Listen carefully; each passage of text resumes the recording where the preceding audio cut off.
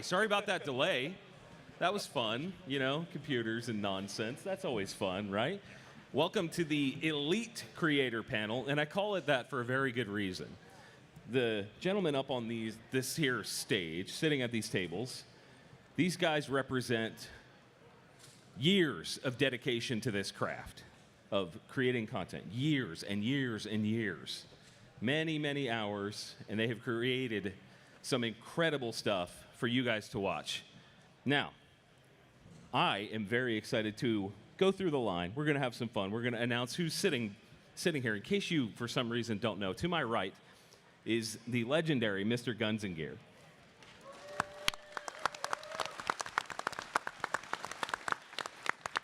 Next to him is one of my favorite people on this planet, Mr. Kevin Dixie.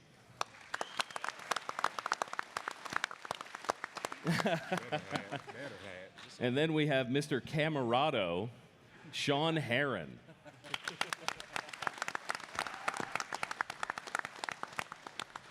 Then we have my good friend, Curtis, from VSO Gun Channel.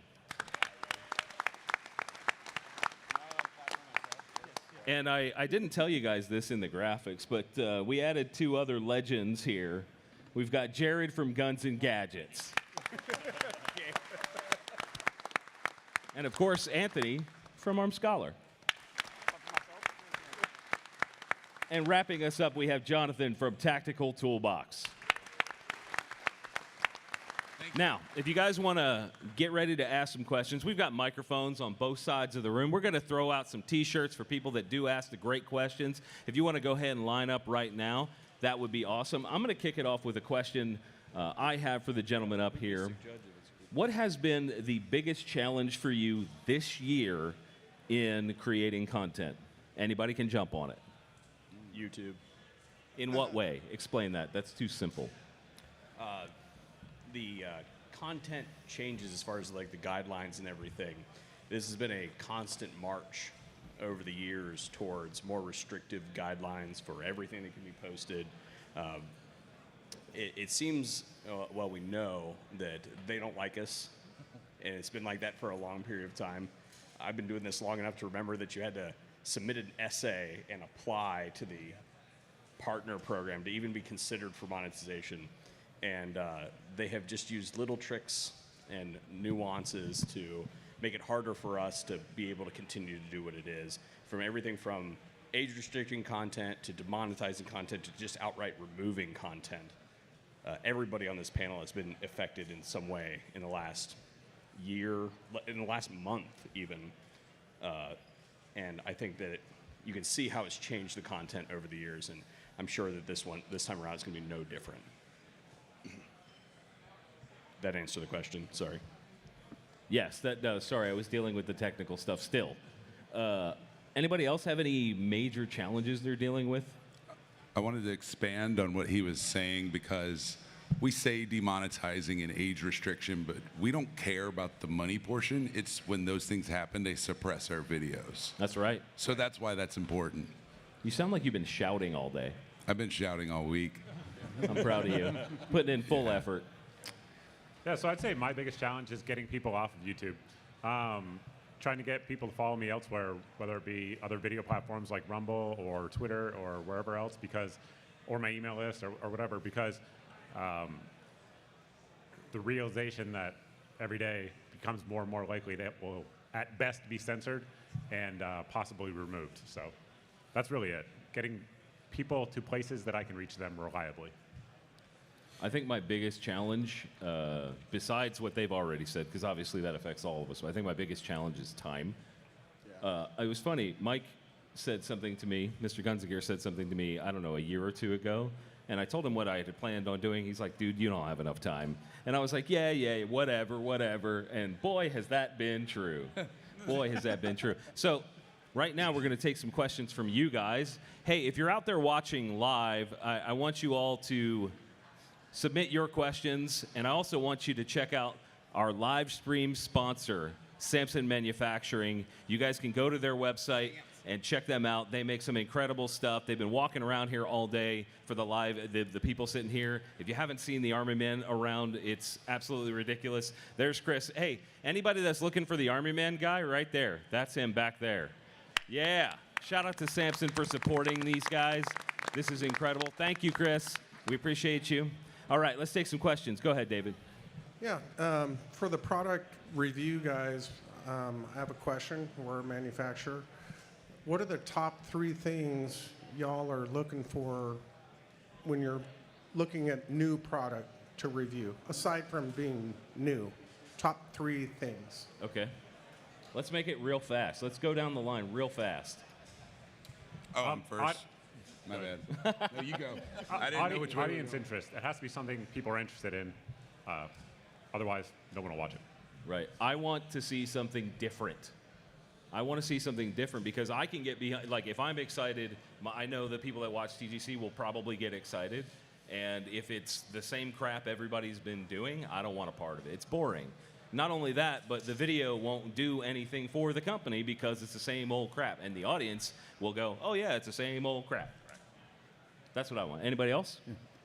I would say as an instructor, it has to be something that I know that's going to improve or save your life. Right? It has to be something that's not gimmicky, so I'm not wasting your consumer dollar. I want your dollar to be invested well. And it also has to be a company that seems like it's not related to the product, but if I find that that company doesn't stand for you and the rights of the Second Amendment, it's a no-go. By the way, shout out to Matador Arms for supporting the event. They make some incredible stuff. Go check it out, Matador Arms. I think for me, I look at not only those things, but also what problem does it solve, and does the price justify the solving of that problem? If it doesn't, nobody cares. I think one of my favorite things in making content is saying that no one cares about a certain thing. That's probably one of my favorite things to do is just be like, yeah, no one cares about this. I'm sorry you invested years of your life into this product that no one cares about. But hey, it happens all the time. It happens all the time. Thank you, David. Come up and get a shirt. Come up and get a little extra shirt, brother. All right, let's go over here. My man. Sean, We Like Shooting a couple of years ago stopped bleeping out. Stopped bleeping out swearing, and has now moved towards more of embracing more of a freedom of expression. Has that impact? How do you feel that's impacted the show, and has it impacted your relationship with any of your vendors at all?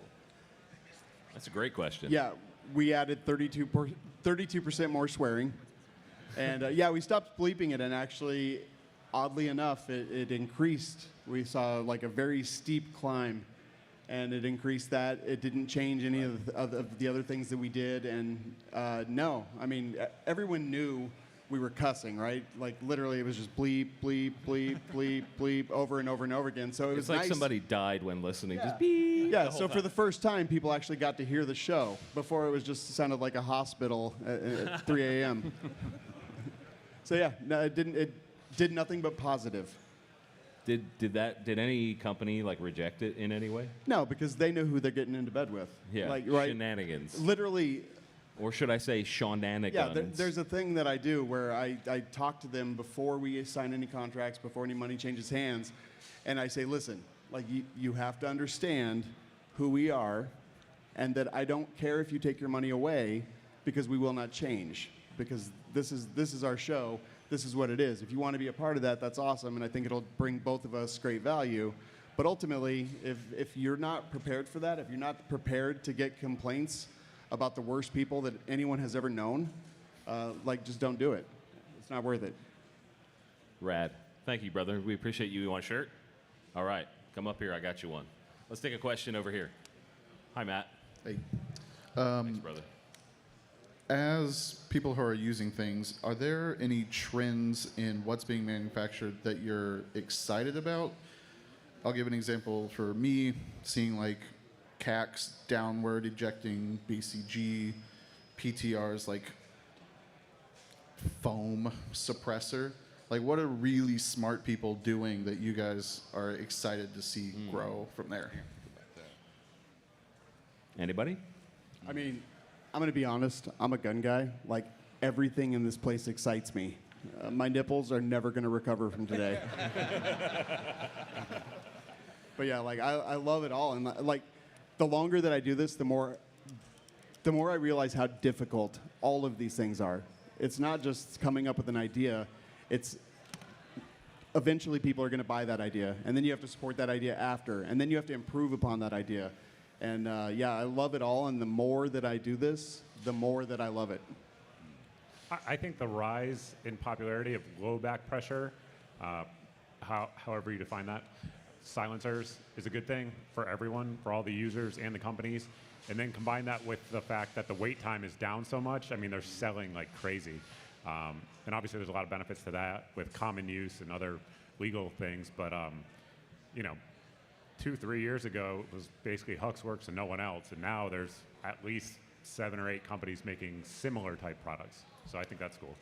You know what really gets me excited these days is seeing people integrate new technology into the manufacturing process and coming up with some bonkers ideas through that.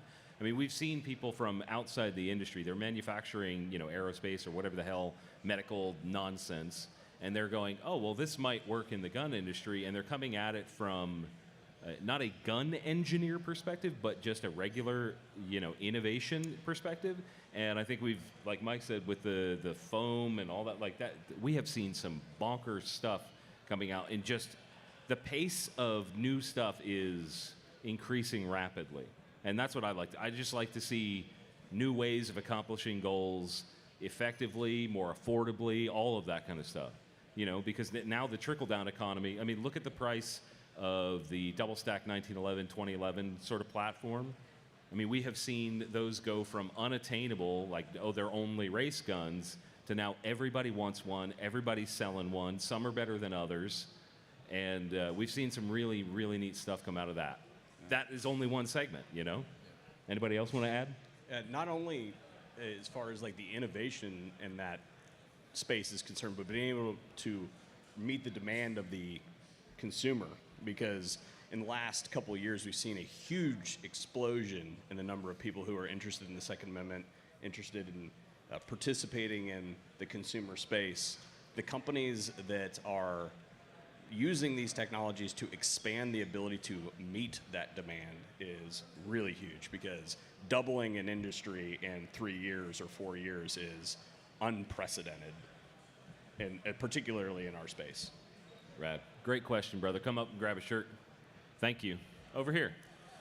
All right, so my question is, as we get more modern guns, we went from wood stocks to like polymer to now we're getting into chassis and stuff. And a lot of the modern bands are assault weapon style, which is basically what they're making because that's what the market's going to and that's where they've developed. How do we change the mindset to basically modernize? Like auto industries are pushing EVs, everybody's excited about new advancements in phones and stuff, but they hate innovation or modernization of guns.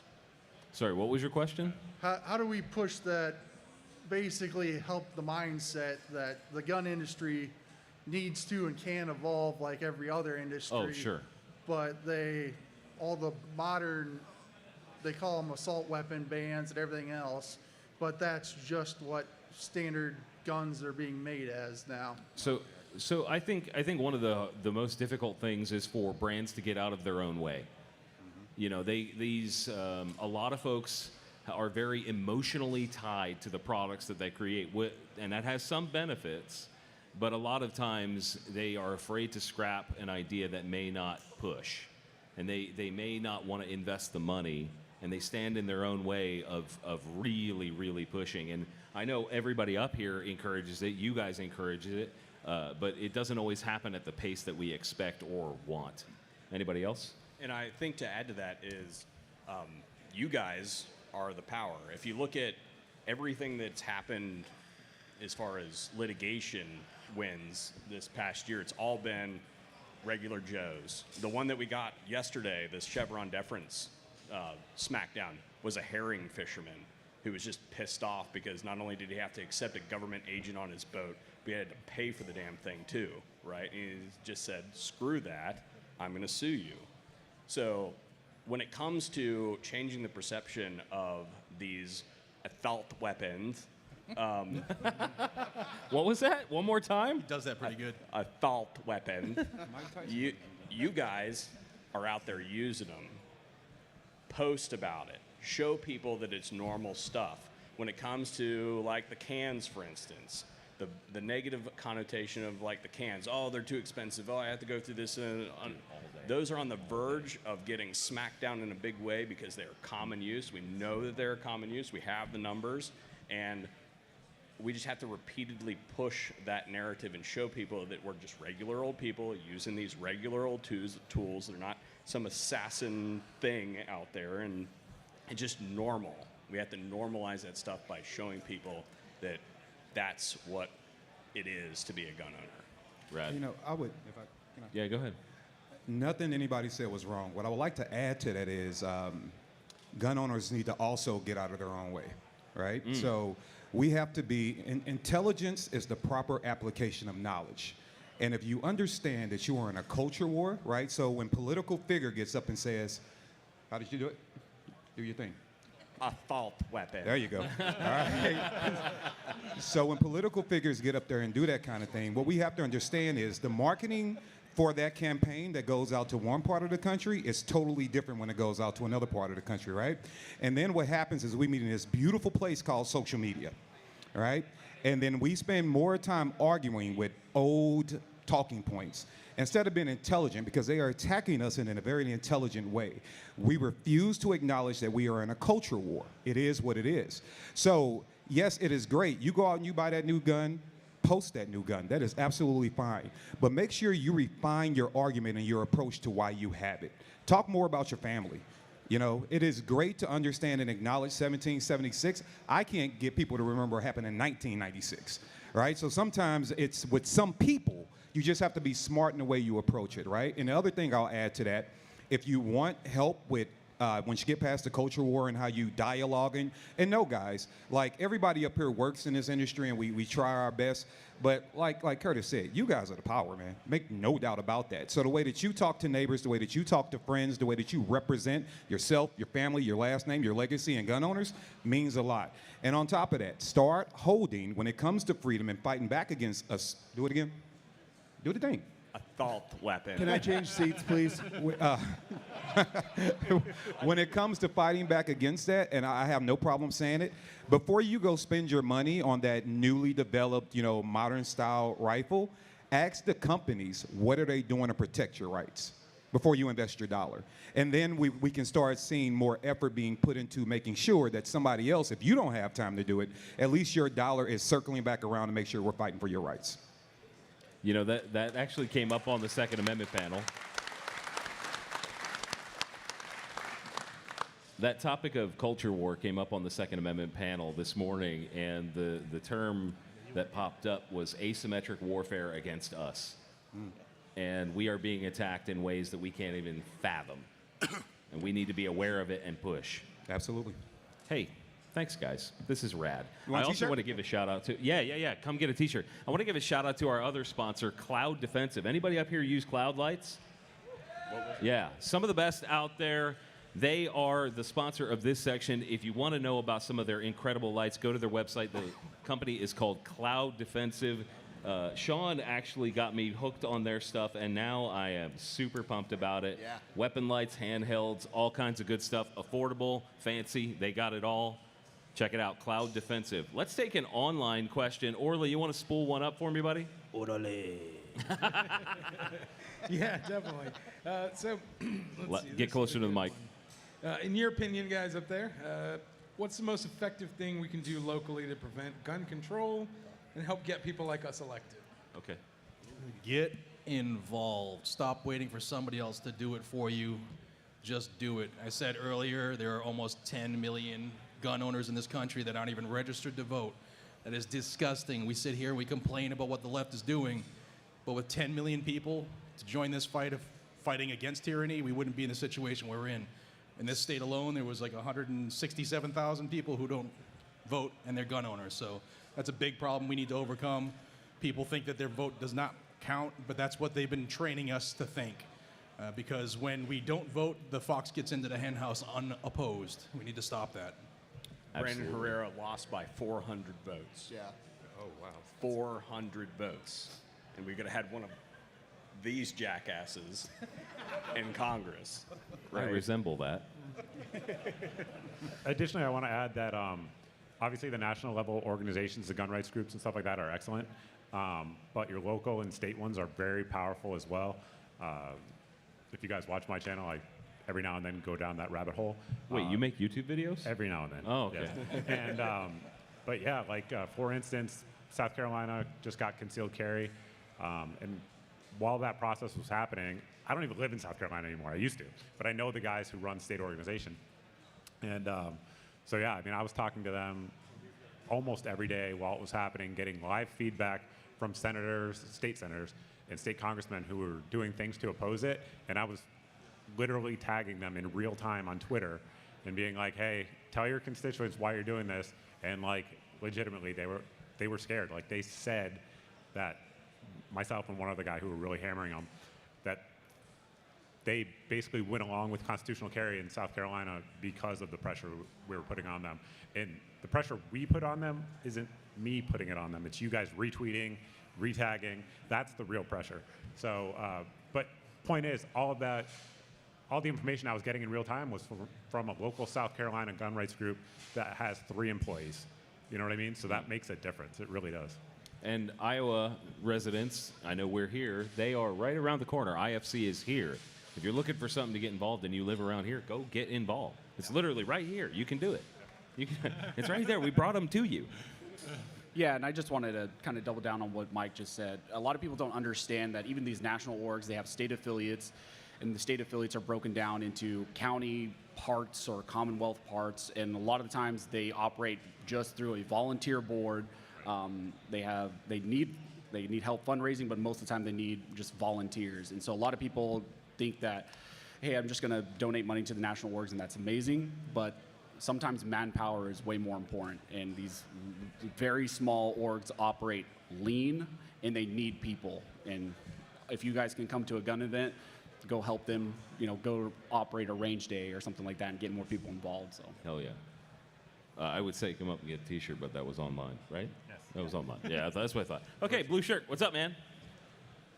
This is kind of a question from last year, but y'all had brought up, or somebody brought up the question of what is the best way to support y'all, and y'all had said, watching a video all the way through for the algorithms, liking the videos, that helped put it in front of more people. Is that still the same thing we should be doing to help? It's changed drastically because really you just got to send me every one of your paychecks and that'll be fine. That'll be fine. No, I don't think that's changed a whole lot. No, watch it all the way through. Watch additional videos if you can. Session time is a big, huge thing. And interact, honestly. Yeah. Interaction's huge. Yeah. Yeah. If Engage anything- with the content. If anything, it's more important now. Sharing also. Sharing Yeah. it with your all friends. all that stuff matters. It all plays a good role, and we love every single one of you guys for being here and giving a shit about it. Like I say that all the time, and I really mean that. Like, thank you for caring about what we all do, because without you guys, we don't matter. None of us would, this is a weird career. Without you guys, we don't matter at all. So thank you for making us kind of matter in some weird way. Yeah.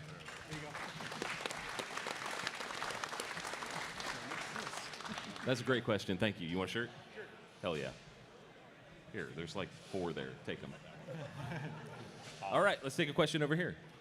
Yeah. So YouTube was brought up, and Can you get closer to the mic, brother? Sorry. YouTube was brought up, and supporting companies that support us can, I know most of my viewership is sitting up on the stage now. So can the 8 of you have a powwow and collectively decide on another platform besides YouTube to commit to putting boy. stuff there?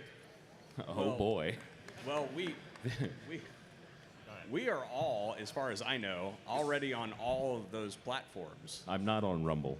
The problem is the world, if we really want to push our agenda on retaining our rights and regaining our rights, we need to be where all the people are. Yeah, it'd be great to be in some niche section where it's just us in an echo chamber, but who are we going to reach? Us. We're not the issue. It's the rest of the people who are tone deaf to this area. So we have to be on Google, Facebook, YouTube. We have to be there. And usually when people say go to Rumble, we're there. And if people don't know that, that's part of the problem. Yeah. They have some work to do on that platform, and a lot of the other ones that have attempted it have done a piss poor job of like showing everybody content. You know what I mean? You get tossed into a bucket full of cat videos, and it's like YouTube restarting. The challenge that a lot of these platforms have is that they have to hit the ground running at 8 million miles an hour. Like, they are so behind the 8 ball just starting now. And they don't have enough money to bring down YouTube. They don't. And they likely won't. You know, it's going to be a very long time, and we may get pushed out of YouTube, and we may be forced to go to another platform. But I personally have not seen another viable option yet. And the other thing is, a lot of these platforms put that on us, right? They go, oh, you come to our thing, and your audience will follow, which means they want free access to you guys, and we don't do that. We don't treat you guys like a tool. We don't do that.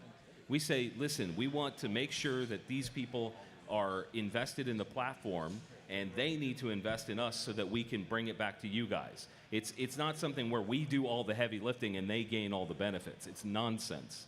It's nonsense. So they need to support us so that we can bring it back around for you guys. So to put that in perspective, like when he was saying hitting the ground running, like how fast you got to be going, a recent report came out that said that YouTube does more than all of the cable networks, all the news networks combined, right? So like for a competitor to show up, they have to have a lot of money, a lot of support, a lot of infrastructure. I'm not trying to take away from the fact that Rumble's done some great things, but as Jared said, by voluntarily leaving the platform, that would be the worst decision that any of us could make for the future of the Second Amendment. Yeah. There's a reason they want us off. That's the reason they keep trying to death by 1,000 cuts to us, because they want us to voluntarily leave, because if they have to kick us off, it's bad for them, versus if we just throw up our hands and leave. That's, again, the worst decision we can make, because that is ceding the ground to the enemy. And it's absolutely unacceptable. I agree. Thanks, Curtis. Come get a shirt, brother. Thank you for that question. All right, over here on the left. I know you probably don't want to go into brand name, saying who's who, but maybe you give good examples of a company who didn't appreciate your review of an item. So you're saying, or was the company mad? Yeah. Is that what you're asking? Does anybody have an example, or can you mention an item? Oh, boy. All right, I got one for you. Yeah. Name drop. Name drop. So I feel comfortable talking about it because all the people there are gone now. Nice. So years ago, probably 6-7 years ago, 6 Hour sent me a P226 Legion when it first dropped. And I like the gun. If you watch the review, you will never know what I'm about to tell you happened. But this absolutely did happen. And the lady who was in charge of marketing then, she's gone. She doesn't work there anymore. But basically, I just said that the type of finish the gun had wasn't as durable as some others. That's objectively was true. Was that like verbatim? That's what you said? Yes. It wasn't as durable as some others? Correct. That's pretty vague. Well, it's objectively true. Right, sure. And so, anyway, like the review drops. I think nothing of it. She calls me, like screaming at me, talking about how terrible, like I called their finish and all this other stuff. It's a PVD finish for anybody. Like it's not as durable as nitride. Like she actually that's yelled not like at you? it's not my opinion. Like it's ask a metallurgist. You know what I mean? So anyway, so then she follows up with this email, and is like, "You're dead to 6 Hour. We're never talking to you again. We'll never work with you again." And so that happened. Cool. And then she got fired, and. The new people came on, and they're like, "We'd love to work with you again." so yes. Anybody else got a good story? I declined to comment. I mean, I crap on stuff all the time. I don't know if they get mad, and I don't care. I don't care if they're mad.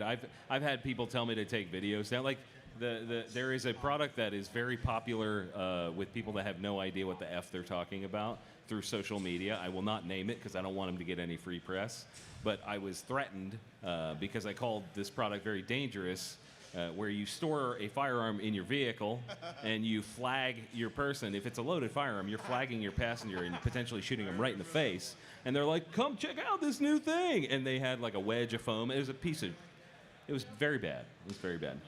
That said, I don't care. And just something to add on to that I think a lot of viewers don't understand because you guys have normal lives and don't think about this. But like, for example, like Arrow's here and I work with them a lot. But like, Arrow Precision will never be my client, ever. You guys will always be my client. And so like, if something's bad, I'm going to say it because, let's say Arrow or Sig in that example like wants to burn bridges with me. Like, I don't care at all. Like, as long as people are viewing and watching my channel and enjoying what I put out, like, you guys are the customer. It's not them at all. Like, there's no company that's more valuable to me than my audience. Like, not even close. That's very sweet, Mike. But it's true. Well, it's absolutely true because here's the thing. Like, we're talking in many cases about reviewing. What? You're good. Now they can hear you. Oh, okay. Where was I? Assault weapon. Absolutely true, because oftentimes we were talking about reviewing life-saving equipment. So if I am willing to compromise the ideals for which I am reviewing that product for whatever incentive it is to continue to work with that client, to continue to work with whoever that is, and I lie about it, one, you're going to know, especially if it generates a pattern that I'm being untruthful about that. It's going to come out that that thing is actually a piece of junk. But now I have to live with the conscience that I am telling people to potentially use this life-saving piece of equipment and they get into a situation and it fails them. Well, I don't know how many of you are religious, but that is a black mark on my eternal soul. And I have to not only live with that now, but I'll have to answer for that later.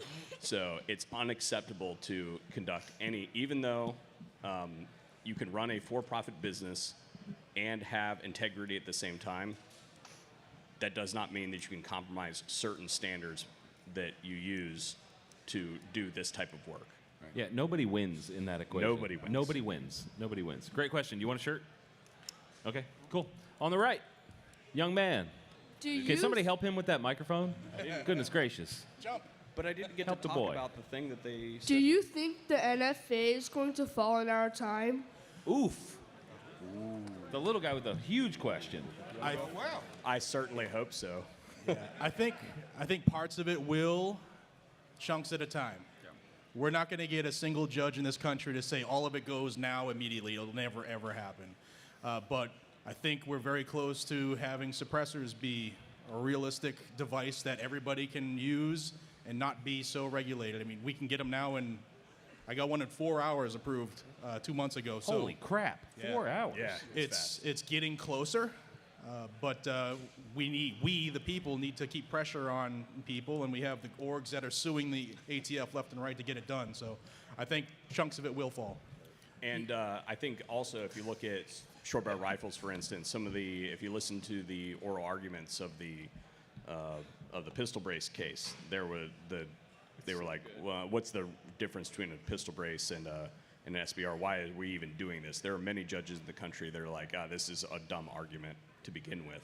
So I think that part of that is also we as the gun users have to accept that piecemeal strategy as well. Like, for instance, in the state of Ohio, it took forever for us to get concealed carry on the books, and it sucked when we got it. And over time, we've been able to make what I would consider the national standard for concealed carry that has been co-opted by state after state after state. We have to do the same thing with the NFA. We have to get the first thing, and then the next thing, and then the next thing, and then eventually we can all have legal machine guns. That would be so good. Yeah. Give him a couple of those. Yeah, hook him up. Hook him up. Hook 'em up. Hook 'em up. Yeah. Thanks, buddy. Appreciate you. All right, my man. First of all, I want to say thank you for creating an event for us 2A-minded people come together. This is fantastic, and I truly appreciate it. It's Thanks awesome. for being here, man. I appreciate you. Absolutely. Look at that shirt. It's a beauty. It's not as nice as yours, Jared, but it's close. As a content creator, I'm always trying to get over the next hump, right? The next milepost. What are some of the things that you guys have done to get to that next level, whether it be subscribers or whatever? I want to jump in on, because this is something important for all new content creators and just content creators in general. Don't chase milestones thinking that that is going to then magically resolve something for your content or in your brain, or you're going to reach this milestone. A lot of guys will chase, the first 1,000 subscribers, or the first 100,000, then, I want to get to 500,000. It's a grind regardless, and no magic analytic mark or subscriber mark really is going to change. And I know we always want to improve, but the best thing you can do for your content is just make it for the love of the game, pretty much. If you're passionate about what you do and you love it, it shouldn't matter what analytic mark you're at or what subscriber mark. And awesome. it trust me, no matter what, you will always be chasing the next level. Yeah. When you hit 1 million subscribers, you'll be chasing the demos and all of them for 10 million. So just kind of a word of caution. No, it's so that true. Was a badass answer. Yeah. When we started, there weren't guys with 1 million subscribers. The goalpost moved. Yeah. Like there was no gun thing with, it was like a guy with 100,000 subscribers was, it was next level. Holy crap, look at all that. And it will continue to do that. Like, seeing guys like Demo Ranch and Hitcock and these guys that are huge in terms of subscriber number, that was not a thing. And it, again, has just moved that goalpost. So the thing to focus on as a new content creator is making really good content. Like, if you make good content and you do good at that is like your job, the numbers follow. I think like click-through rate and watch time, that's the true tell of how good you're engaging with your audience, because they're going to watch everything you put out from beginning to end. If you want to strive for anything, strive for that, because that means you're doing that much better where they want to watch more of your content. Right. Yeah, there's no magical number like how long a video needs to be or anything like that. The answer I always give when I'm asked that question is, the video needs to be as long as the video needs to be. You need to make it to get what information you're trying to impart on your audience. Do it that way, and do it your way. Do it your special way, because oftentimes people show up for the subject matter and then they stay for you. So make it your own, brother. That's right. And then I'll just also add on that, over the years, there's been a ton of YouTube creators or guys who are trying to create channels, and they get to 50, 100,000, whatever, and then they quit. That's very, very common because it's very hard to make a living doing this. And the ones that, I guess, make it past that hurdle are the ones who are consistent. That is the differentiator, if you will. Like, consistency. If you are honest and you are consistent, even if you have no talent, like me, for example, I don't. Like, let's be real. So, some people are funny. Like, I have none of that. I don't lie, and I'm consistent. So if you do that, you will eventually be successful. I think you have talent. Not only Don't sell that, yourself but short. also too, sorry, my voice is going out. No matter how fast you grow, it feels slow in the moment until you look back over the past 12 months and you're like, wow, because you always adapt to whatever speed that you grow.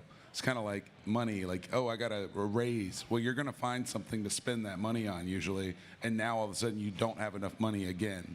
So you always adapt, and I know guys that got 100,000 subs their first year, and they're still like chasing, like he's saying, it's a never-ending thing, so you got to let go of it. Yeah, absolutely. Great question. You want a shirt? Sure. All right, come on up. There it is. All right, let's go over here. So you got some great foundations over here. How do we retake the NRA since you have such a giant mass of people that are blind and ignorant and fuddish? How do we, you got Wayne LaPierre gone. That was a giant cancer poisonous garbage can. Okay, and okay. and more, I got what you're saying. How do we topple the NRA? Yes. Have you ever seen those videos online where somebody sees a spider and they hit it and they kill it, and then all these little babies come out? That's the NRA board. Yeah. Until everybody that is Wayne LaPierre's crony, their buddies, until they're all gone, that organization is dead to me. Because there are so many like consistent problems after problem after problem with these people, and they do not have the best interest of you guys in mind. They have shown that over and over and over for decades. And I don't think it wasn't until our generation of creators stood up and went, F you, that they went unchecked. And we stood up and they, I mean, when we were trying to get Adam Kraut on the board, they literally came in and tried to stop it while we were doing exactly what we're doing right now. Also, vote for Kraut. Hell yeah. Vote for Kraut. But He's look not what even, he did. He's not even looking. It's so Look good. what he did, though. Hi, Adam. No, not even looking. I tried. He's not Yeah, I don't know that we can fix the NRA until, like, for me, it's a burn it all down and then start fresh. That's my perspective. Anybody else? I had a member of the NRA board contact me the other day and ask me what the NRA could do to become more liked or, you know, get back in it. And I gave them a list of 4 things that they could do right now. Was one of them give you money? No, they don't have enough money. They're bankrupt anyway. But if you want to entertain that, then you can call me back. But no, they had no idea what I was talking about, and either of the 4 things that I said they had no clue. And I was like, well, sounds like you got a lot of work to do. And he's like, but what can we do right now? I was like, didn't I give you enough stuff to do? You already suck a lot. We know. They're not listening, and we need to make it abundantly clear to them that they are not listening to their constituency, the people they're supposed to be out there protecting. And you do that by stop giving them money. And when they call you, tell them exactly why you're not giving them any more And money. you need to go to organization like your local gun store that has a, get an NRA membership. You need to tell them to fix that. Because that is how the NRA got funded largely, is these like every gun store in the country was funding them. Every single one of them. They were all over the place. And ranges. Yeah, that's what I'm saying. Like, and we as a community need to change that. I got elected to a board of directors for a range that I use specifically to get rid of the NRA membership requirement for members. Thank you. And I did, and then I left. That's a great question, man. Come get a shirt. All right, brother. Thank you for your service. One of you guys earlier said that we need to make sure that we buy guns from companies that support our rights. Right. I grew up 30 or 40 minutes away from Geneseo, where Springfield Armory is headquartered and would have been directly affected by the anti-gun legislation that them and Rock River Arms attempted passing several years ago. How do you guys as creators rectify that issue with also then getting guns from them later on? Fair question. What do those companies have to do to earn your respect and trust back? Who wants to Shall take I that take one? this one? You want to Go ahead. Go ahead. Trader Curtis. brands are unredeemable. Yeah, they are completely Everyone who worked there and was associated with that should be fired publicly. We should know who they are, and they should never, ever work here again. That is when you can talk to me again. And $1 million would help. But Anybody else? So I took a more pragmatic approach to it. First off, like when that happened, I was like, oh, they're dead to me. And then Springfield in particular. And then my audience just kept asking for like what I would think about X gun or Y gun that they would put out. And so I just put out polls, literally, like to the audience, hey, should I review this, yes or no? And when it got to the point that it was like 80% or more, I was like, all right, if the people want to see it, people want to see it. And of course, if you watch my Hellion review, I talk about that in the video, just to let people know, like, if they're buying this product, just be aware of that because it's a thing. I mean, Sean put a thing about that in his recent video about the Echelon. Yeah. Same idea. Yeah, I'm very similar to Mr. Guns and Gear, and I even had Curtis in my video saying Trader brand, Trader company. True. It's true. Because listen, like, I'm a gun reviewer, but at the same time, I'm not trying to convince you to buy stuff. I'm not trying to convince you to get stuff. I'm trying to provide information to you so that you can make your own choices. And that's what I do. And so I tell you about the gun, and I tell you about the drama, and I try to provide it all in an interesting and funny way. And then at the end of it, like, I'm never going to be like, hey, you need to go out and buy this. Not for anyone.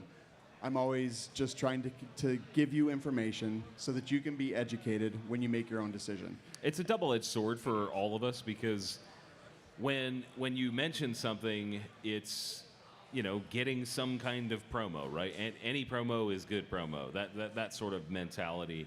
And even if we're going, don't buy this, people will still buy that product.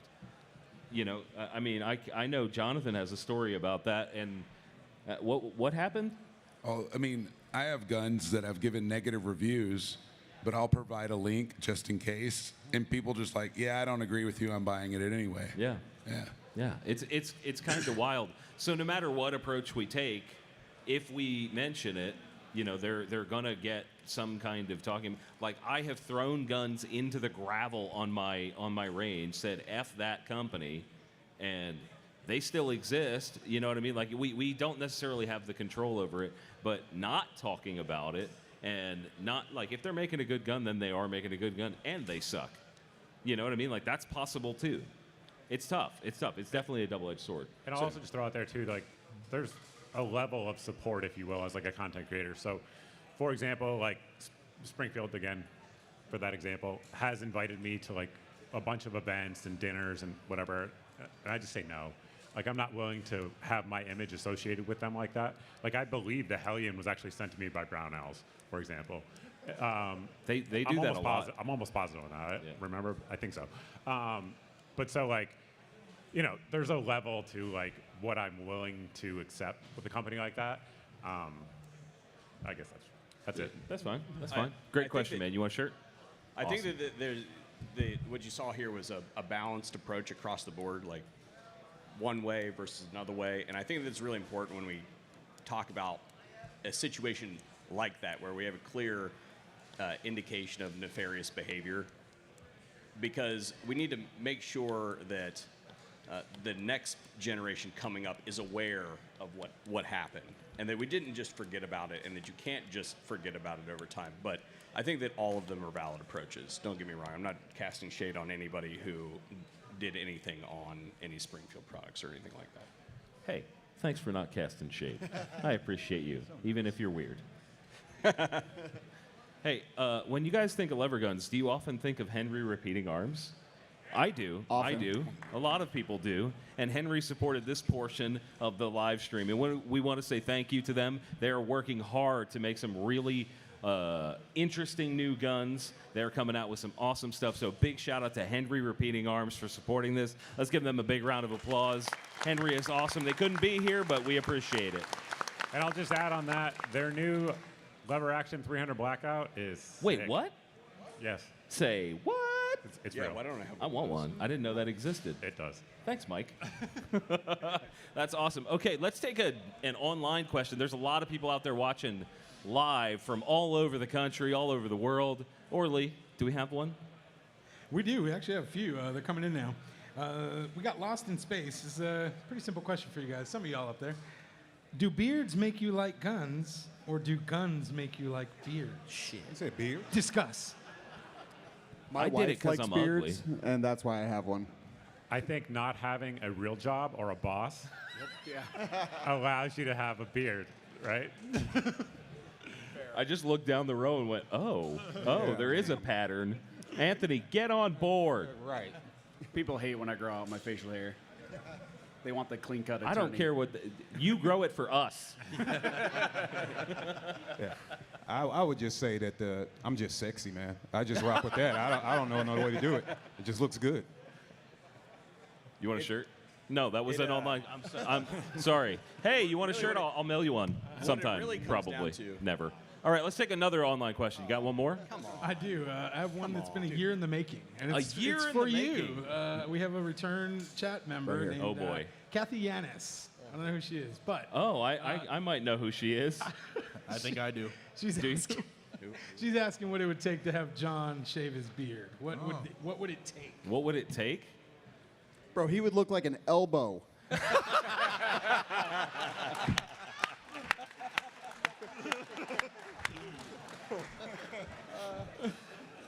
I got fucking nothing for that. A shitload of money, really. Just lots and lots. Like, I look like a 6-foot-tall toddler with 5 o'clock shadow. Like, it is not cute. It's What not about the cute. early days before you let it grow out? Just go back to that chin strap. I think there are pictures. You know, me and the guy from Smash Mouth had a conversation, and he won. Yeah, I was working on the Fred Durst thing, Smash Mouth. Yeah, like the early 2000s rock. It didn't work. Didn't work. Didn't you have like the perimeter beard? Yeah, that's what we're talking about. Yeah. I had the Amish beard. I worked in a gun store in Amish country when I had that, and they all questioned whether I left the faith because I didn't have a mustache at the time. It was really funny. They gave me weird looks all the time. I got whistled at one time by an Amish guy. Yeah, I was like, I'm not your effing horse. Get away from me. That really happened. I almost got fired. I think we should make the trend mutton chops. I think that's what we should go back to. Where's Dave from Vertex? So? Yeah. Dave over here at Vertex has some of the best mutton chops in the entire building. I swear to you, they're amazing. All right, let's take a question. Go ahead. Hello. I was just wondering what you all thought is the biggest barrier of entry for those who are not a part of the community, who aren't aware of what's going on, who maybe don't feel comfortable handling firearms. Education. We don't have face-to-face conversations anymore like we used to before social media, because everybody's doing this crap all day long, us ourselves included.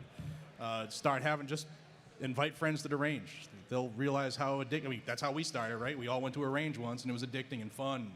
And you can learn how to become your own defender, because cops ain't going to be there in time. So have those conversations with people and help them get out of the boob tube and into the real world.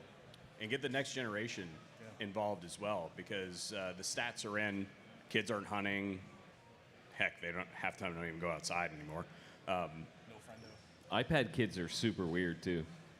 So get your kids involved. I mean, I was involved in firearms like from the cradle, basically. It was just a way of life, and that's no longer a thing. So being weird old grandpa or drunk uncle, you know, with the guns or whatever, you know, take the kids out. Don't actually drink with the kids, right? But you're not my dad. You get what I'm saying. We have to make sure that those kids now turn into responsible adult owners and users of those firearms, or else we're sunk. I think another thing is we have to understand that let me ask you guys, I'll ask a question, but it's rhetorical. Do you want to be right or do you want to win? And what I mean by that, we are right when we say 99.9% of the things that we say about gun ownership. Like, you might zig where I zag, but we're all pretty much right. But if you want to win, you'll be strategic with your approach to the people or the person that you are talking to. What happens is we want to shove our perspective down their throat. You're right, but you're losing.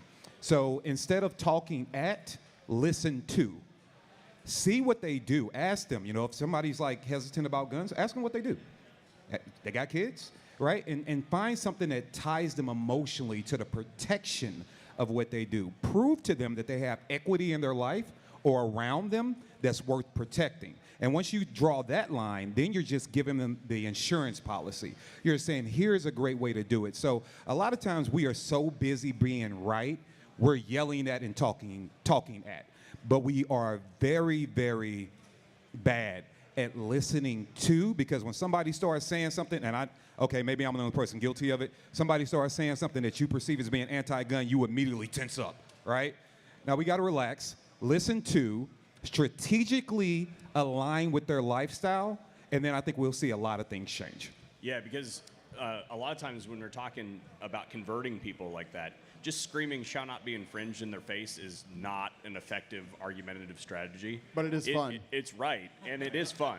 But convincing people, those that can be convinced are not really going to be convinced by just shouting that thing at them. Come up with substantive arguments to help conversate with them. I have many friends in my circle that when they first met me, they didn't even invite me to go to some of the group functions because they thought it was like the weird gun guy or whatever. Well, you are.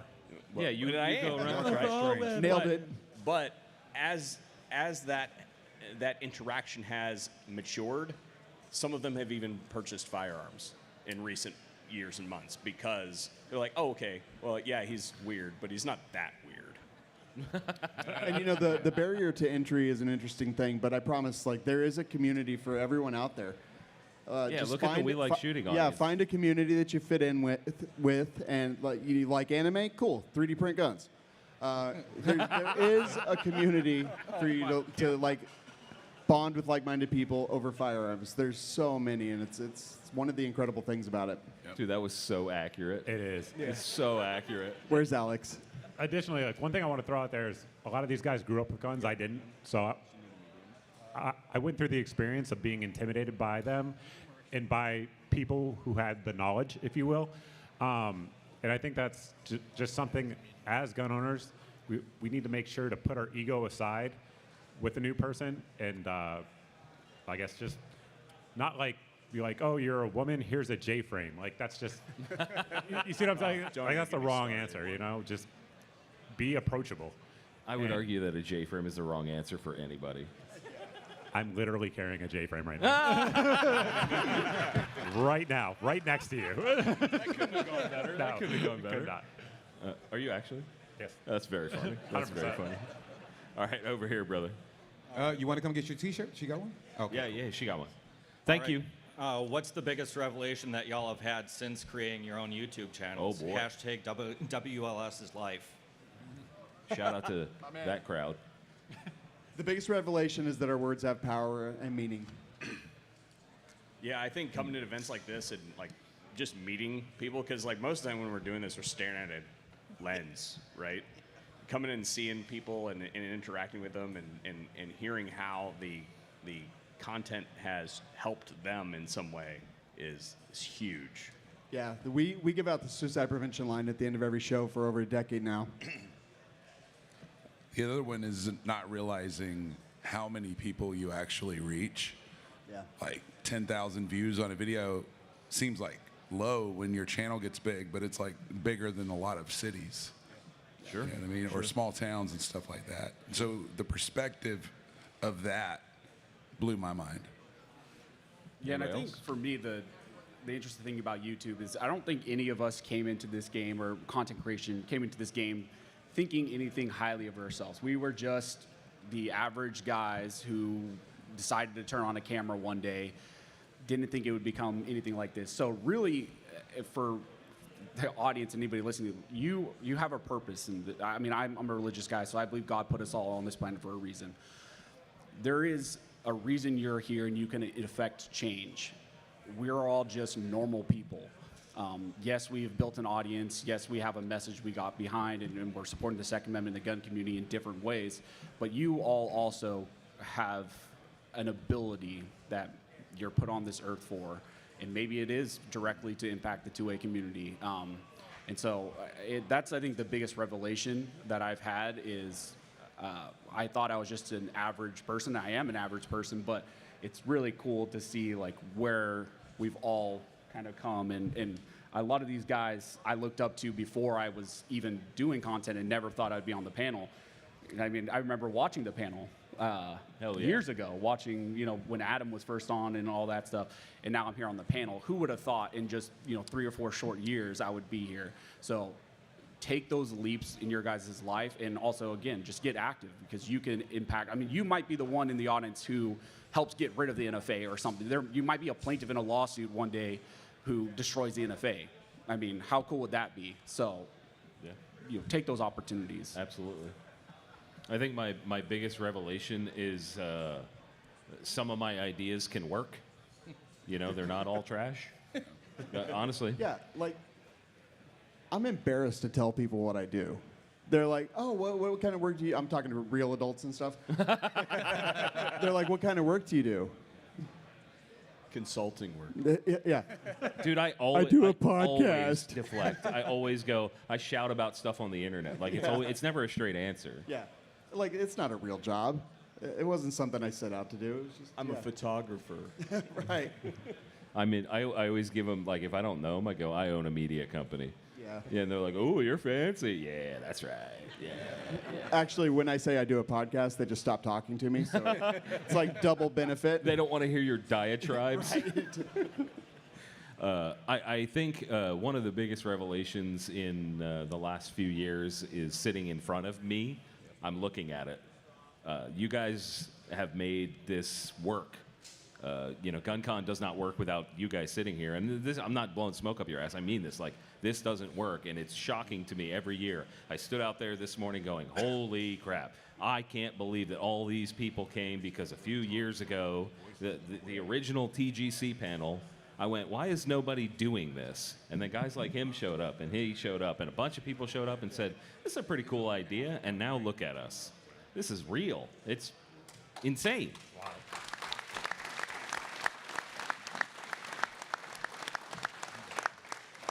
Yeah. All right. Thank you. Would you like a shirt? Okay. I'm going to give you one. All right. Over here.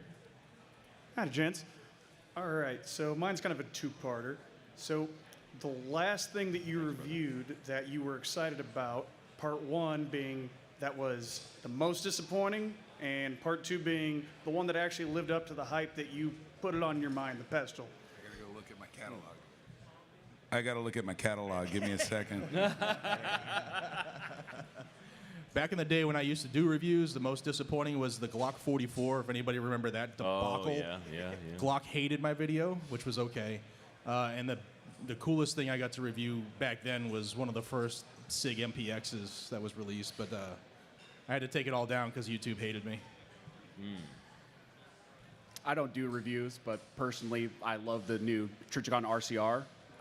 When I got that, I fell in love with that, and I didn't think it would blow me away, but I love that. And the biggest shock recently was the Bear Creek Arsenal falling apart on me when I was at the range, so that was fun.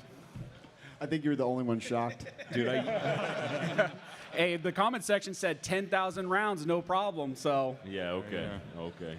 Yeah, like just everybody can shoot sub MOA too, right? Everybody. The ones that always stick out to me are like, there'll be a gun that's hyped up, right? Like everybody's like, I stand behind this. And then I get it and I'm like, this thing feels cheap, or vice versa. Like a surprising one I got recently was a Turkish M4.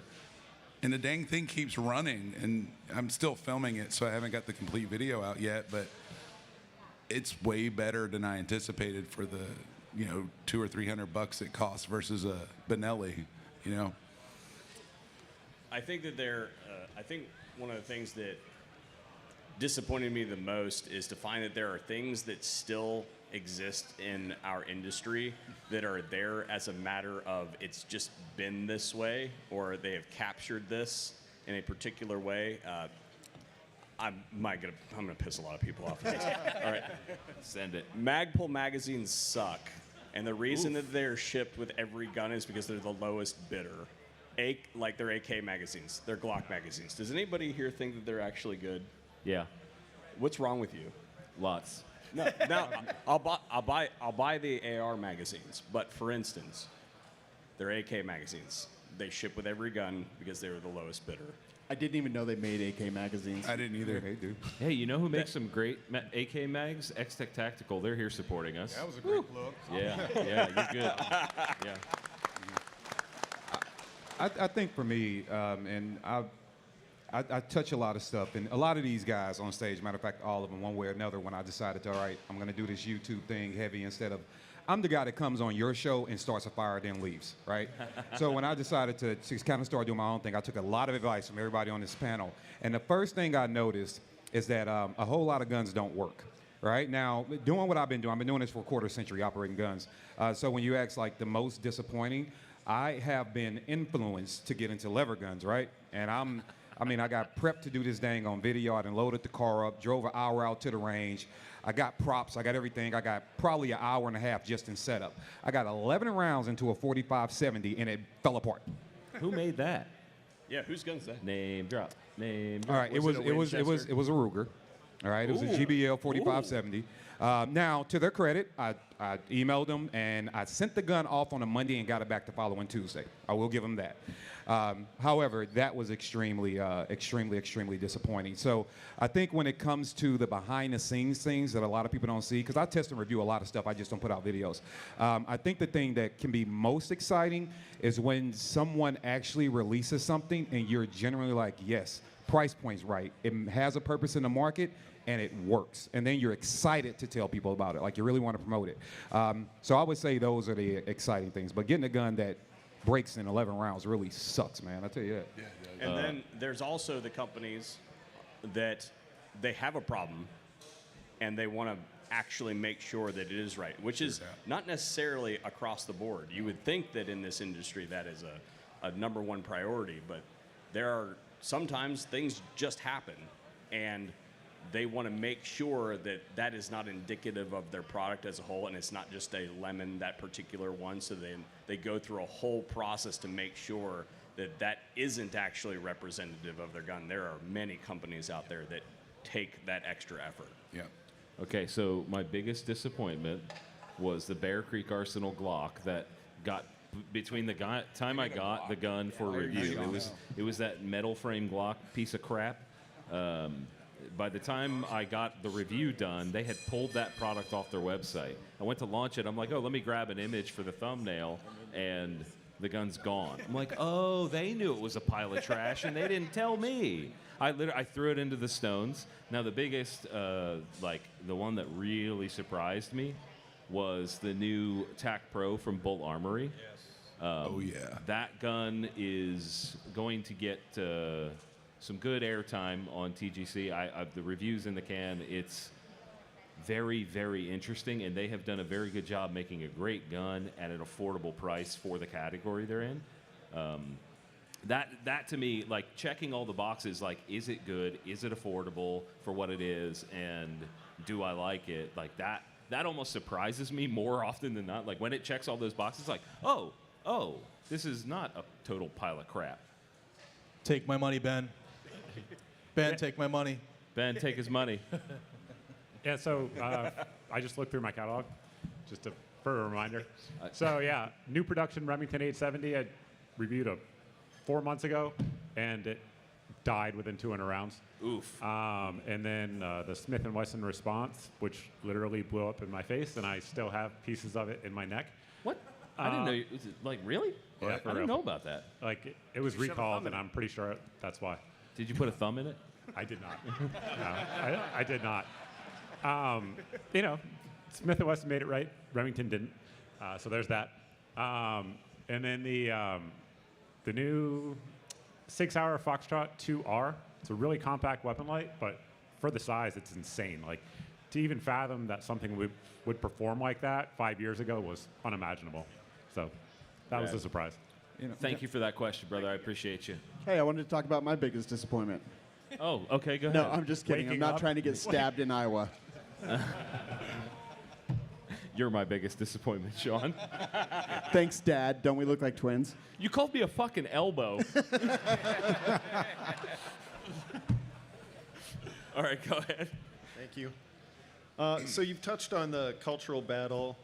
How do we interest and inject a shot of youth into our culture? Because, I mean, everybody here is kind of like my age.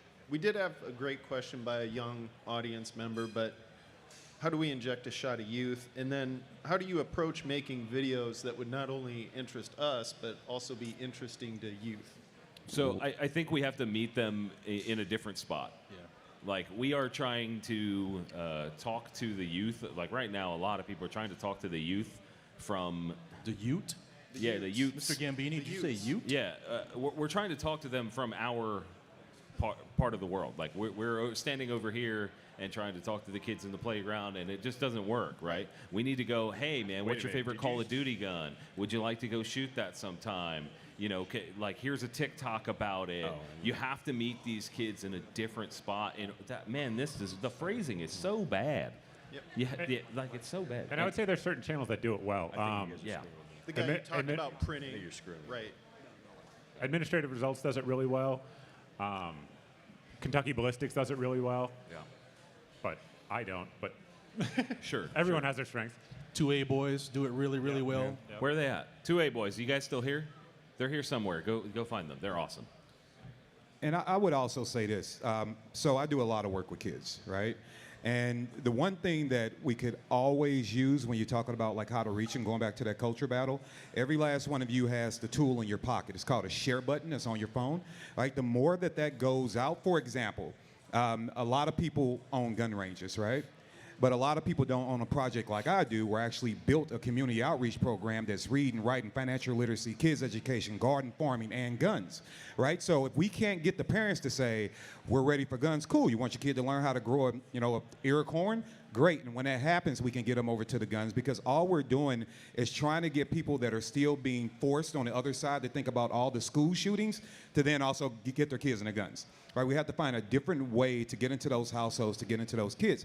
But when we put information out there like that, I can tell you right now, I could put out a video saying something bad about a product, a widget or a widget, and it'll go everywhere and have fun. I'm known for saying controversial things. I do something like that, it gets fire. I put up a video of some kids shooting a gun for the first time. They're not out in the neighborhood gang banging. They're actually out being educated, smiling and laughing and having a great time learning about guns. We've taken kids into gun manufacturers so they can learn about gun careers and things like that. Nobody shares it. Nobody. And so when you think about like pick your anti-gun politician, if there was more information out there like that, because it's being done, to really answer your question, it's being done. We aren't sharing it enough because it's not the negativity. It's not the spicy stuff, right? So I would say find the people that are already doing it. Guns and Gear gave you a few names out there. I mean, you can always share my stuff, but share the stuff that already exists and just let people know, don't just share it, caption it. Hey, this Kevin, is what we need, and do more of it. Share your thing. And we have to be very careful when it comes to videos that target younger groups, because YouTube does not like any part of, it doesn't matter if it's guns or not. If you check that box like made for kids, it disables all the comments. And then not only that, but a couple of guys I know that have channels had their own son shooting and their videos got removed and they got a strike. So it's very difficult, but like he said, I think guys like Kentucky Ballistic, they're not targeting kids, but it's entertaining for multiple age ranges. Kevin. Yes. Tell them where to donate to what you got going on. Oh, yes. Oh, thank you for that. If you guys would like, first of all, y'all not going to get away with that because I'm going to hold you responsible. I told you I'm known for saying stuff. I just told you that there is a project that exists in this country to teach kids how to read, write, financial literacy, garden farming, and getting them off their phones and promoting the Second Amendment, and you did not clap. Okay? Thank you. And that's because that's something we need. So if you guys would like to support that project, it is all nonprofit. And big shouts out to Brownells, which is why I'm wearing a hat today, plus I forgot to shave. But big shouts out to Brownells. They help with it is Give, Send, Go, because nobody would go to GoFundMe anymore.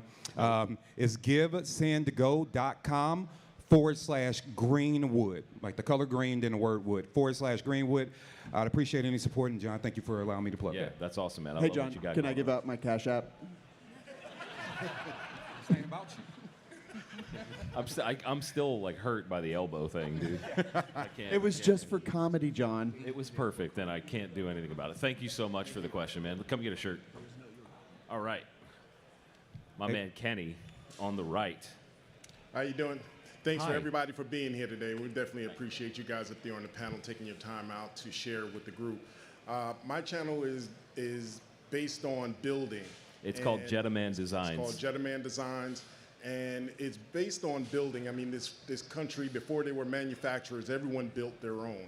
And we're getting a lot of backlash from all the different agencies and everything out here. But how would you go about, I'm building my channel, but I keep getting the strikes and everything, and I'm not really worried about that, but how would you get the word out against all of that, when we got everything firing against us? I know Jonathan with Tactical Toolbox goes through it and things like that, but how would Are you talking about like how you would grow the channel? Yeah, how would you grow the channel I see. and get it out to the masses?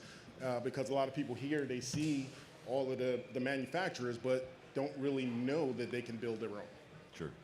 Anybody? Yeah, it's super tough because they, excuse me, they changed a rule in 2018 that we can't show how to install any parts, how to assemble an AR lower or anything on YouTube anymore.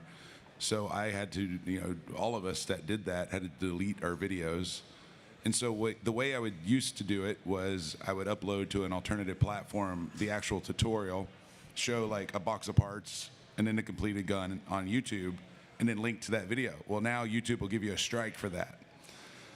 So unfortunately, I was forced also, too, if you link to alternative platforms, the algorithm downvotes you because YouTube, it's a YouTube competitor. So I had to create an online course with a paywall to prevent all of that. And so the only way you're not gonna get any tutorial content for building guns anymore. It's done, unfortunately. So I actually have a unique, and I have no problem sharing it. You guys can all steal this. Going to.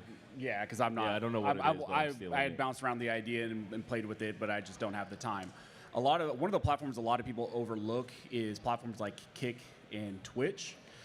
They already have an inherent built-in audience. A lot of people are already watching vlogs and gaming, and it's built beyond gaming, and they already have a lot of monetization because, for example, Twitch has Amazon behind it. And their community policies and guidelines are a lot more lenient than Google and YouTube, and they actually let you handle firearms on stream. So it's something that I think, and it's the only caveat to that I would say it is a younger demographic. But you know, it's another vertical that you could try to get into if you're specifically looking for that, and there are monetization opportunities there, and you know, there are people who stream and do very well. So we don't have a big presence over on those platforms in the gun community. I think it's a space, if you're talking about you want to reach the youth, that's one of the platforms the youth's on. It's hard for me to do live streams of legal, boring stuff because I don't think kids want to watch that over on Kick and Twitch, but maybe they would want to watch someone, you know, build firearms and teach, you know, how to assemble an AR-15 and other considerations like that. So yeah, you guys can steal my ideas. Hey, thanks. Thanks. I appreciate you. Thank you, Kenny. I appreciate you, man. All right, let's get another question. Glad to be here. Glad to see y'all got Tony Simon up on stage with you. Oh, you jerk. Okay. All right, the jokes. Couldn't help it. Sorry, Kevin. No, as a gun reviewer, when I go through and I look on YouTube, I see the same people that are giving the same reviews of guns that are given to them, and they're giving the same 100%. I love this gun, love this gun, love this gun. And you see people that are giving honest reviews, and the gun's crap. How do you deal with these people? Which people? Yeah, I'm not going to name names. No, but like, are you talking about how do we deal with the people that are clearly lying? Yeah, like Okay, the shields. okay. Like, you know, like these people are given guns from the manufacturers, and we know these guns are not. Okay, I'll start that one off. So some people are not lying. Some people get a good gun and they really, really like it. Like, I think we had a discussion last night where a few of us didn't like a certain pistol, and Mike's like, yeah, I liked it. It was fine. Yeah, it was good. And I've had certain things where it worked for me, but not for, like, a lot of people crapped on the Prodigy, and we got a pretty good one, and it seemed to work okay. You know what I mean? Like, that kind of stuff does happen. But, yeah, there are people that are yes men for companies because they think that is the way to get ahead. They think they do it because they want more free stuff, right? Like, if they're feeding the drug, right? And that's clearly not a way to go, and we just don't associate with them. Right. I would say that, to my knowledge anyway, in terms of like channels that have, say, more than 250,000 subscribers, excuse me, there's only 2 that I'm aware of that will like literally accept a paid review for like a good outcome, if you will. Yeah. So it's honestly not that common. Like, I know pretty much everyone, and there's 2 that I know of, and I don't associate with them, but I know it happens. Who are they? I'm not going to say that. But people probably know. Yeah. It's pretty clear. And you know, the cool thing is we can just change the channel. Like, we don't need to deal with them. Like, it'll be found out anyway if they're doing things that are shady. And honestly, sometimes we just need to drink some water and mind our business. Agreed. Yeah, I think it's important not to assume if it's a good review that they were paid off, because I've gotten guns that got sent out to everybody, and I will get the one that screws up. Or vice versa, everybody's fails, and I'm like, well, mine was good. And then people are like, you're a shill. And I'm like, no, that's just what happened. You know? Right. You paid shill. How Right. dare you disagree with everybody? Yeah. Well, and to that point, as he's saying, some of these demo guns are passed around. You guys were talking about this on your guys' podcast the other day. Johnny got a gun after it came to my place. Well, no wonder that thing didn't work anymore. Still had mud in it. Yeah, right. You know, so what was I a shill because mine worked and Johnny's didn't? No, it's because I broke Johnny's gun before it got to him, right? Somebody sent me a gun that Patton had. When was it? That was a long the time Impulse. ago. Yeah. Oh, that's right. Yeah. I never did a video on that one. Me neither. Yeah, I never did it. Do you still have it? Yeah. You hear that? I never did a video. I still have it. It's fine. Everything's fine. All right. Thank you for that question. Do you want a shirt? Oh, he's got some shirts. That's great. We'll go over here, my man. For those that do firearm reviews, has anybody ever thought about doing reviews of firearms before, like made before they started their channel? Well, I'm not sure. I'm tracking. Older firearms, almost like so reviewing old guns. Almost like forgotten weapons, but not ones that are were like prototypes or anything like that. I mean, most of the prototypes that I'm aware of, like, they're not sending that crap to us because we'll destroy them. Well, like anything on the market from like the 40s up, maybe. Is anybody doing that up here? I don't think so. There's probably somebody doing it. I find that stuff incredibly boring, personally. Like, I like the modern stuff. I'm not that, like, there's plenty of guys that do surplus stuff. Like, I'm not your guy for that, but some guys are very good at that. You know, Ian's very good at that. There's some others. C and Arsenal, Othias. Sure. Amazing channel that does a lot of stuff like that. Yeah. Is there any others that we're aware of? Eric at Iraq Veteran. He does a good bit of that as well. Yeah, Eric is the guy that started all that. I remember I found Eric through watching his Mosin videos. Yeah. All right. Thanks, brother. Come up and get a shirt. Hey, let's take an online question. Shout out to everybody that's watching from wherever the hell in the world. We appreciate you. This is rad. Like, this is so cool that anybody cares. They care. They're in here. It's a pretty good time in the chat. So this one's from Montico. Is there any other 2A group that has the instructor program out there like the NRA does? Oh. Definitely don't want to give the NRA my money. I got it. All right. Yeah, so look, I'm going to say this with love. That's a great question, whoever asked that, because if you are only relying on that particular certification or any other certification, you got your NRA cert, you went and got the big shirt that says instructor across the back, you are a liability to everyone that wants to be safe, including everybody that you steal money from. You are not providing a valid service. So start there. Two, to answer the question about where you can go. There is we need to push the envelope in training. We absolutely do. Pretty sure you guys have all seen some stuff that kind of like just sucks, right? Let's just be honest, right? And I know we're very critical of it. Many of us on the stage get called to test out programs and different things like that. And I've been teaching for a long time. What I will say, if you are looking for a new program that I truly and honestly believe is a great program and is going to be awesome for what we're doing on a national level, the USCCA is launching a program called the Defensive Pistol Program. Now, in full transparency, a lot of you will say, well, the guys that are carrying that particular certification as a regular pistol instructor, not this new certification, they go through a class, they too would get stamped, and they go out and sometimes they provide garbage training, and some of these people just cannot perform with the equipment. I'm just being honest. With this new program coming out, when you show up and you're trying to be the instructor that is going to go out to the masses, when you show up for this program, either you can shoot the standard, and it's not an easy standard. It's obtainable, but it is not easy. If you can't shoot the standard, get your stuff, go home. You are not allowed to complete the program, right? Yeah, you clap for that. That's big. We like, y'all just not gonna clap. I'm very sensitive. Please clap. All right. So I would say, yes, I do agree that we need new standards as far as training goes, because we do have people's lives on the line. Let's be very clear about that. So I would say that's coming out early August. If you guys are, there are 10, to let you know how tough it is. Many people try. There are 10 people in the country, and I'm not saying it's unobtainium. Don't get me wrong, okay? But the people that took a serious pass. So there are about 10 to 12 people in the country that are certified as counselors to teach that program. I am one of them. Hey-o. All right, so you can reach out and you can get that new training. It's called Defensive Pistol Program. You can check more about it at uscca.com, or just keep up with me and I'll keep you guys advised. So I take, you know, this is not a slight against you, Kevin. I take huge issue with USCCA and their business practices. That program may be rad. I just have a hard time giving them any dollars anymore because of some of the people that they have propped up in this industry for many, many years. And they have screwed some of our fellow creators in huge ways.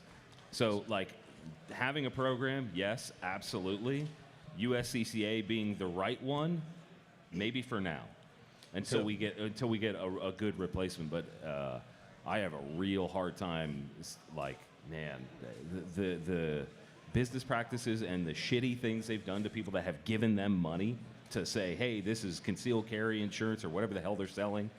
I have a real problem with that. But that's not a slight against you. I still respect the hell out of you. I think you guys should fight, actually. Yeah, I agree. Let's see a fight right now. Dude, I'll throw 3 elbows at you. But, but when it comes to the standards that we should accept for people who are out there instructing, I think that whether you agree with the USCCA or not, I think that what speaks to here is that the NRA certification is not enough. The NRA certification, the only reason that you should accept the NRA certification is so that your instructor can actually attain the insurance, and then after that, they need to have a bunch of other things that they've done. So we tell this to everybody who asks, where should we train? You should train everywhere that you could possibly afford to train.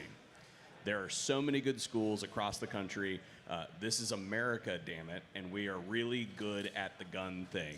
We have people who have all kinds of life experiences, whether it's military, law enforcement, doing things around the country that have consolidated not only their experience, but the lineage before them of experience to create great programs. They exist. You will have to travel to get them, and you should expect that your instructor that you might be attending locally has attended multiple of them, because there is great stuff out there that is not filtering down to the smaller communities, because we just assume, oh, well, that guy can go teach concealed carry because he's got, whatever NRA certification or whatever the state mandates. The state minimums are not enough, and we should be expecting more from our instructors by going all around the country.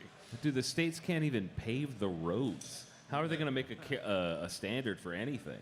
They don't, but I got to That's be true. honest, and I'll get off that horse about training. I would say this, the reason why instructors get away with being crappy is because we let them. That is the real reason. So I'll give you 2 pro tips before you go training with somebody. One starts with you. You know what you're deficient at. I know what I'm deficient at. And I seek out individuals that I know can make me better in those ways, right? So be honest with yourself and go out and look for somebody that fits that.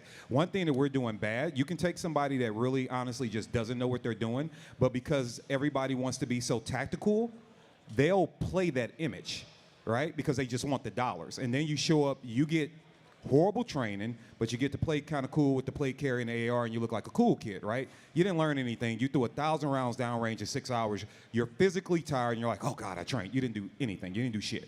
Okay, you can't shoot. The second thing is ask your instructor. Here's a pro tip. You can research them online. Do your due diligence. Ask some friends. Ask around. But I want you to ask that company, what is your philosophy behind training? If they cannot give you an answer to their philosophy, if they don't have a true philosophy to why they train, I'm telling you right now, they are just taking your money. That is it.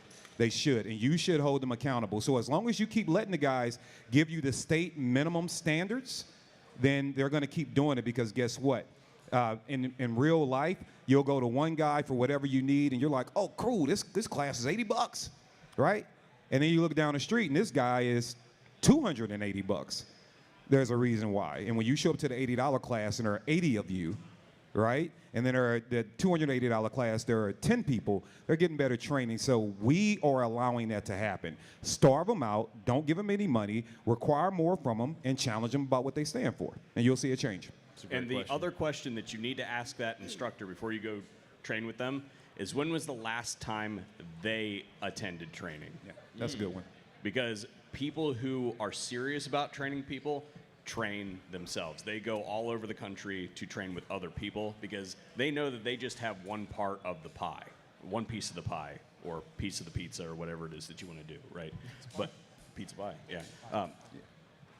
They need to have perspective from all around the country. So if they are serious about training people, they've attended at least one course in the last year. If they tell you that they haven't gone anywhere to train, you should probably look somewhere else. I have a minimum for myself and my team. You will train once a quarter with someone. And if you don't train once a quarter, turn to my shirt, get off my range. right? Because we need, even if it's just somebody that's, good and they can help you be something. So yeah, he's absolutely right. If they aren't training, if you meet that person that's like, I'm God's gifts to guns, right? And they haven't took a training class in 2 years. What? What did you say? Did you say my name? Oh, you're God? No, God's gift to guns. That's what you are? Yeah. Are you going to change your channel name now? Seek out people, to Curtis's point, if they won't go train with other people, and if all they do is bicker about how they're the best and you don't see them working with anybody else and they can't take critique, I would say don't waste your money because you can change them. I'm telling you, because if you aren't spending your money, they will change their tune. Thanks, Gibbon. All right, let's get another question. Thank you. Let's go over here.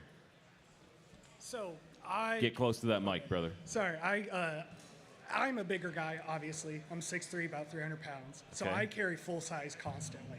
Right now I'm carrying Glock 40 Crimson Trace with a TLR-1. What would you recommend as a replacement option? A bigger gun? The Mark 23. Okay. Which did you say? Did you just recommend a 40? The Mark 23. HK's here. Yeah. It's about your size. There you go. Mark 23. Anybody else want to add to that? question?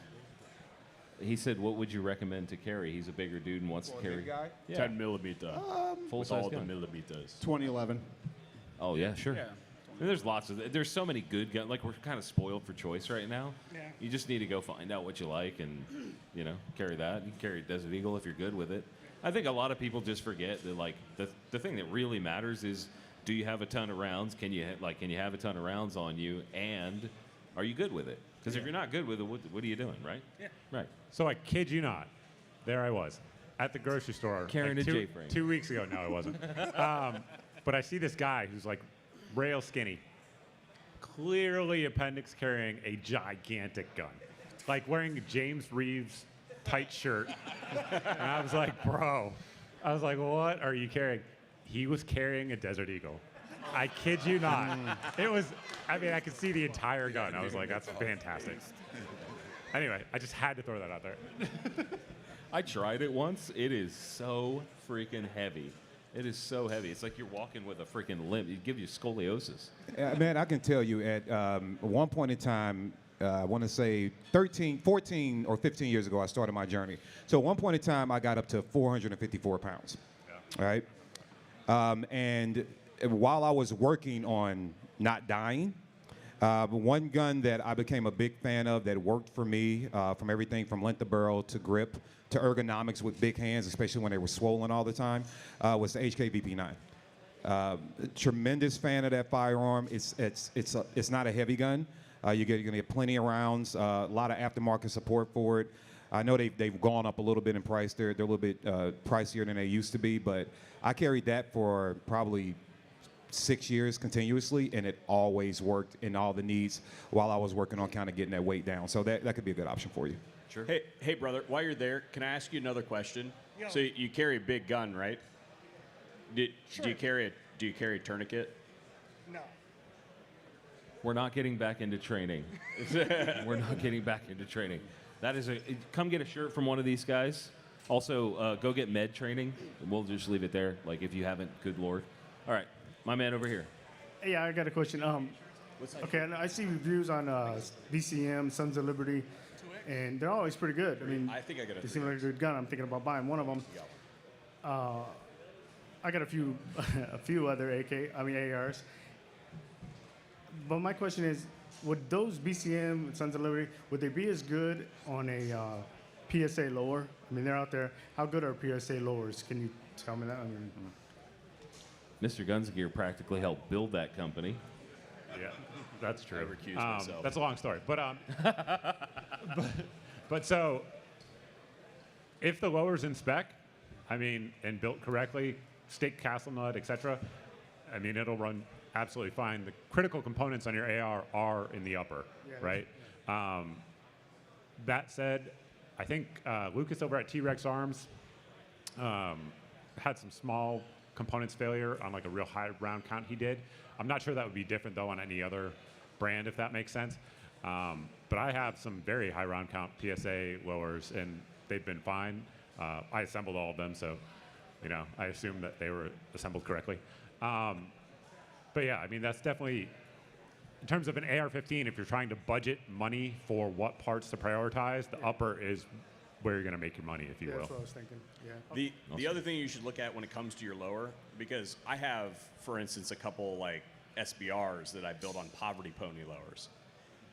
You have to inspect the lower when you're buying it, because sometimes the machine might slip or something like that, and might be on one of mine, for instance, the magazine release hole is actually rotated slightly. That's something that can trip you up. Like those small points of QC are just things that you need to inspect in the store when you buy them. But to Mike's point, if all of that stuff is right, you're going to be just fine. Thank you. All right. Thank you, guys. I just want to make sure that you all know that this has been absolutely incredible for me this year. I mean, you guys have come from all over the country, all over the Midwest. I mean, we had a couple people flying in. You know, I heard stories of 19 hours to drive here from, like he's raising his hand in the back. I mean, you guys have come so far just to see us, and I can't tell you how much we really appreciate you guys. Let's give a big round of applause to everybody that's out there watching, sitting right here. Yeah, you guys. It's about the time for us to wrap up. Do you guys want to say anything else? I just want to say one thing, and I want you guys to hear my heart when I say this. Years and years ago, when I started on this journey, I started off as a civil rights advocate. And when it came to the guns, and I want you to hear me clear when I say this, listen to my heart. Rooms like this, I was told to stay away from. People like you, I was told to stay away from. And I'm here to tell you, that's why I'm telling you the way that you represent yourself and the way that you talk about gun ownership is so important, because now I smile. Like, this has been an awesome weekend. I'm running around high-fiving, taking photos. I know the amount of love, passion, love for country, love for people, love for family that exists in this room. What I would challenge you guys to do is show more people the love that I experience, right? If they can see that side of you, I think that you would see a lot more people come into the space and come into the rooms, because this is exactly, and I mean it, hear me, this is exactly what anti-freedom people are scared of, right? It's not the gun, it's the unity, right? So just remember that. You are doing something great. I'm happy to see your faces. I can't wait to hug you and you know, high-five you, but you are, by simply showing up to Guncon, you are leading a change in a representation that we need in this country to unify us all. So personally, I want to say thank you for proving what they told me 25 years was unsafe, and I feel the safest I've ever been every time I'm in rooms like this. So thank you, guys.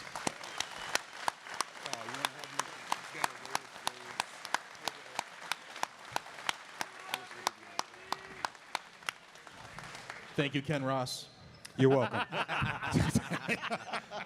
I just want to thank everybody for actually caring enough to do this and be here and to help us do what we do. We don't do it without your support and the fact that you guys and gals care about the future. Just because of the questions we had, we're on the right course.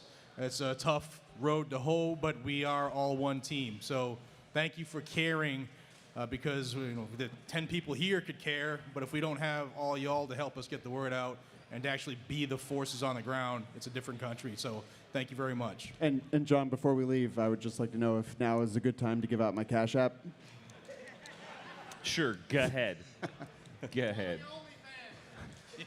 All right. You know, I actually... You know where that is. You know, I It's actually tried to start onlyfans.com/hobbitfeet. and they wouldn't let me do it. Like, they actually kicked me off of OnlyFans. I was gonna like lube guns to porn music, and they wouldn't let me do it. Yeah, you should try. We just posted porn dars, and they let us keep it. I guess I didn't think of that. But what I would say seriously though is, like, we are here because you guys put us here. We aren't just leaders that just manifested themselves. Like, we are here because you guys believed in the messages that we were putting out, and I said this to every single person here. Thank you from the bottom of my heart. I'm here because you guys put me here, and I think that oftentimes we get wrapped up in the work, and we always have to remember that it's because of you guys that we're able to do what we do. So thank you very much. Yeah, thanks, man. Thanks for being here, Curtis. Brothers got a hug. Hey, before we move on to the next person, can somebody in the room see if you can find Cody Hinton? Just, where's Cody? We'll keep rolling, but go ahead. I just want to say again, thank you, John, for putting all of this and getting this amazing group together. The only words I would have for you guys is we all know this is a important year. We have an important election coming up. Stay passionate. Don't give up hope. This nation was founded on some important principles, and regardless of what happens, it's our job to maintain those principles, maintain those foundations, despite what's going on. And if we want, again, we've talked about it a lot on different panels, 10 million gun owners, registered gun owners and hunters who didn't vote, who aren't registered to vote. So if you're not registered to vote and you don't vote, I mean, honestly, do you have room to complain? You're not using one of the principal things that our nation was founded on, which is voicing your opinion. So get out and vote. Anybody else?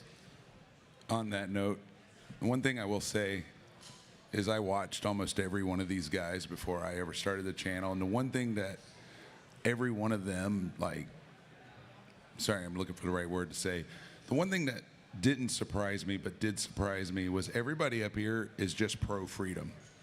Like, they don't care if it comes from what side or the other. If it's infringing rights, they're not afraid to speak up. But going back to that, none of us have a voice without an audience. So thank you. Thank you.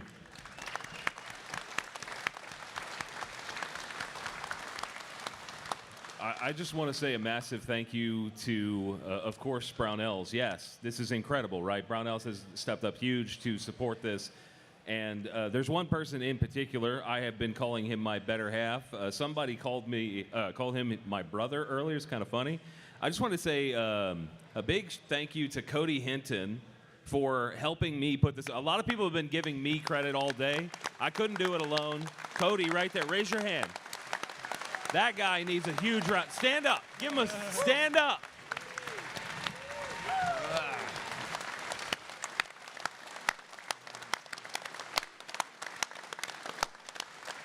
Thank you, Cody. Thank you, brother. I appreciate you. We love you, Cody. I will add a behind-the-scenes note on that. When John told me how big this year was going to be, I literally texted Cody and I said, "You're so fucked." True story. Not wrong. Not wrong. Thank you, guys. This has been an incredible year. I know a lot of you are going, when's the giveaways? When's the giveaways? When's the giveaways? We're going to get to them very soon. Thank you for giving a shit. Thank you for being here. That's it for this year.